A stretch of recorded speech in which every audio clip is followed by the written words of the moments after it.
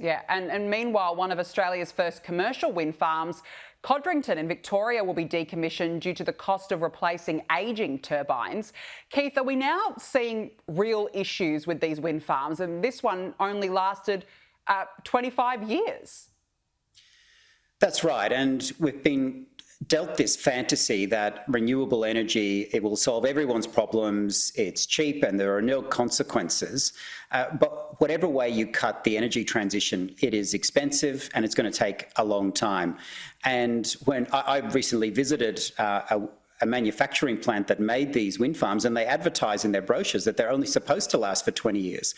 And that drops when you go near coastal areas with salt erosion.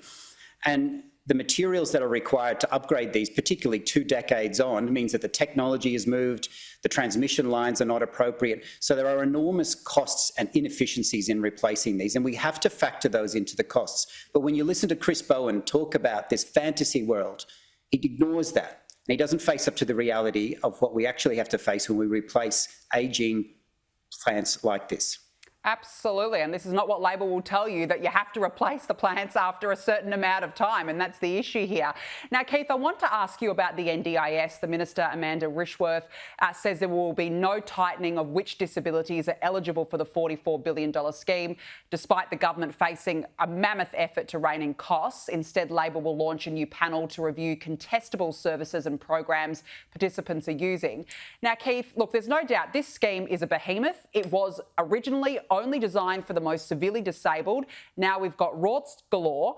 45% of the 600,000 participants have autism, and it keeps getting bigger and bigger. Now, don't get me wrong, this scheme is critical to a lot of people, yes, but Keith, how can there be no tightening of disabilities when you've got 45% of people claiming an autism diagnosis? Making sure that the NDIS is run efficiently isn't just about saving taxpayers money, and that's extremely important. It's about giving the scheme a future, because if it's going to continue to have blowout after blowout every year, there won't be an NDIS for our children. It won't exist because we can't afford it as a nation. And you don't need to ask the coalition that. Go to the intergenerational report, which was published in August in 2023. It said that it is one of the top line items that will blow out the Commonwealth budget, to the point that on today's dollars, you would have Commonwealth spending hit $40,000 per person in Australia. Now, the median salary, so half of all Australians, are on $65,000 or less. That is just totally unsustainable. So it's not a binary choice of, get rid of essential services or keep it as is. There are ways to find efficiencies, but you must start with the will to find them, and this new minister doesn't have that will.